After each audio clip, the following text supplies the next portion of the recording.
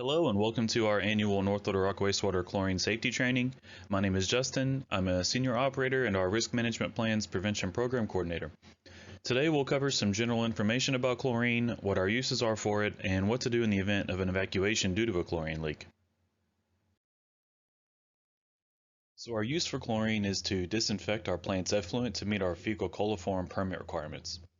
We pump it as a gas into the effluent and detain the water for at least 30 minutes while any pathogens are eliminated by the chlorine. If you were to see the chlorine outside of its container, it would be a greenish yellow colored gas, and inside of the container it's stored as a liquid under pressure. If a tank were to get a leak, it would escape as a gas because it boils once it warms up higher than minus 29 degrees Fahrenheit.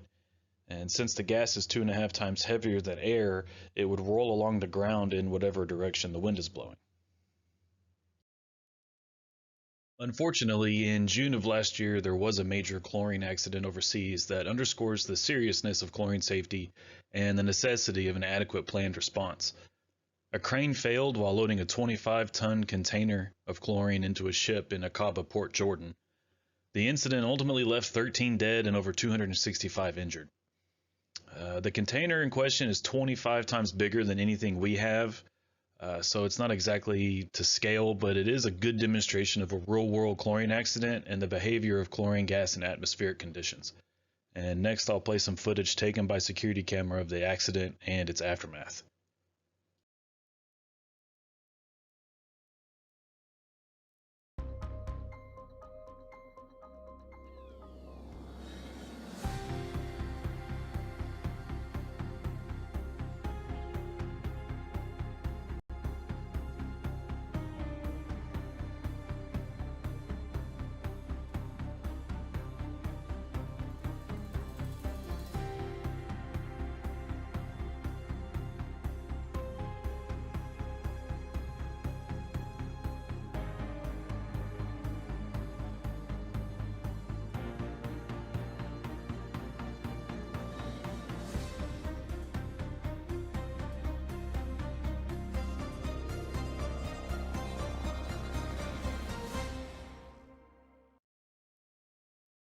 If exposed to chlorine gas, you would feel extreme irritation and or burning on your skin and eyes.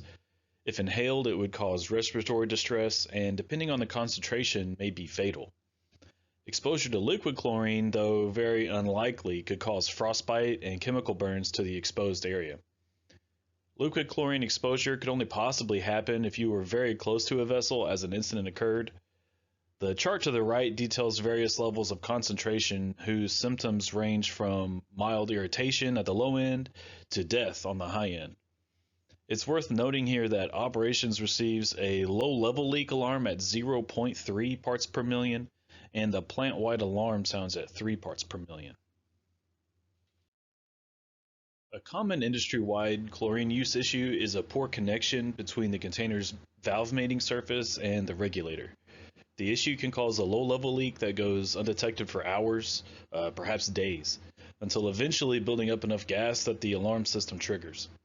With this new system, we place a valve actuator onto the container valve that is hooked up to our plant SCADA system. When the sensor detects a concentration of 0.3 parts per million, the valve actuator will automatically close, giving the plant operator a chance to fix an issue before it becomes an even bigger problem. But in the event the plant-wide alarm does sound, it's important to know what to do. This is what it will sound like if that alarm ever goes off.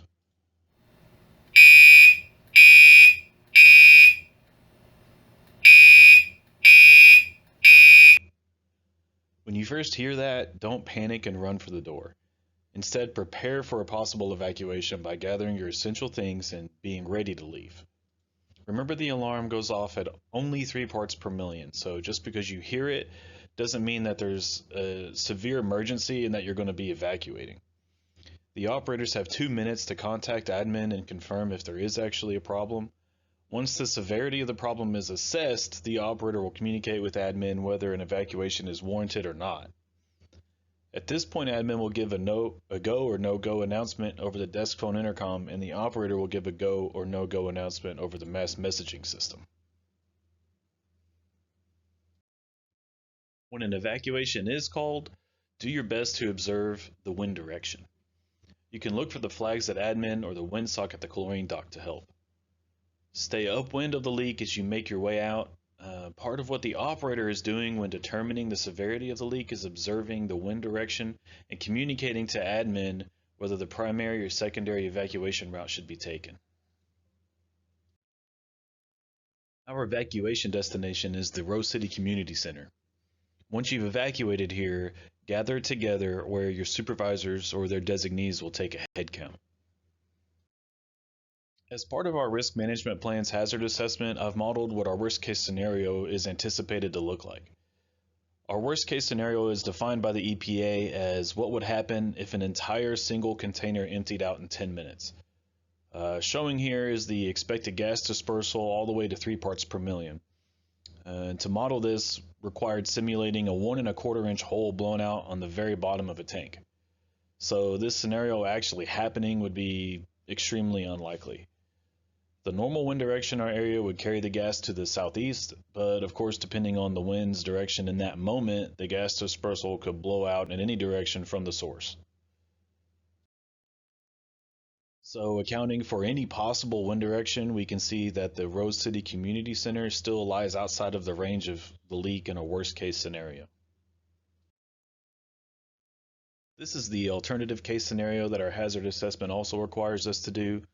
With the alternative case scenario, we're given a little more leeway in what we model. So I chose to model the container valve blowing out of a full container. This is still very unlikely, but more plausible than a 1¼ inch hole randomly blowing out of the bottom of the tank. And with this scenario, you can see that the affected area is much smaller than the previous model. So based on those release scenarios, this is the primary evacuation route that keeps everyone most likely to be upwind of the gas. You turn left onto Bauckham until you get to Rose Lane, where you take a right. The Rose City Community Center will be ahead on the right. If the wind is blowing in the other direction and a gas cloud is blocking the road, then take the secondary route. Turn right onto Bauckham Pike instead of left, then take 440 north. Take the very next exit at Faulkner Lake Road and then turn left. Faulkner Lake becomes Lynch Drive at some point, but just stay on the road until you can turn left onto Rose Lane, and then the community center will be on your left.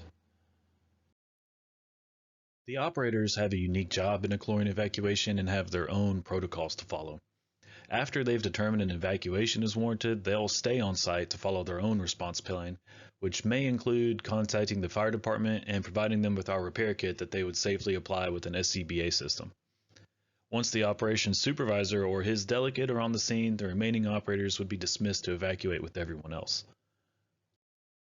At 5 Mile, White Oak, and Maumelle, the protocols are going to be pretty similar. The operator on duty will assess a potential leak and make the call if an evacuation is required. If it is, then the operator will evacuate anyone else along with themselves that are present at the plant. The evacuation site for the remote plants is the Faulkner Lake plant. So let's summarize the chlorine alarm evacuation process. First, an alarm will sound and you should prepare for a potential evacuation. Operators will contact the admin building within 2 minutes. Wait for a go or no-go announcement. If it's a false alarm or a no-go, return to your normal duties. If it's a go, take the primary route. If it's not possible, take the secondary route. A mass text message will also go out to all utility cell phones and to employees that registered the cell numbers with the system. Go to the rear of the Rose City Community Center for a head count. Each department head or designee will take a head count. Do not leave unless you're released. The plant operations supervisor or designee will call HR to notify when it's safe to return. All off-site employees during the evacuation will not be allowed to return to the plant until it's announced safe to return. If we're unable to return, utility vehicles present will be used to take employees home. Plant operations personnel will remain on or near the site as per their emergency response plan. If you're not signed up to receive evacuation notices through the utility's mass messaging system, but you'd like to be, please let me know. Your information is only kept on our local SCADA database and it's not available online. The messages will either be chlorine or inclement weather utility closing related, and you can see your supervisor for a form to sign up. If you have any questions or concerns about anything presented here today, you can definitely contact me either in person or at any of the emails you see presented here. That will conclude our annual chlorine training. Thanks for listening.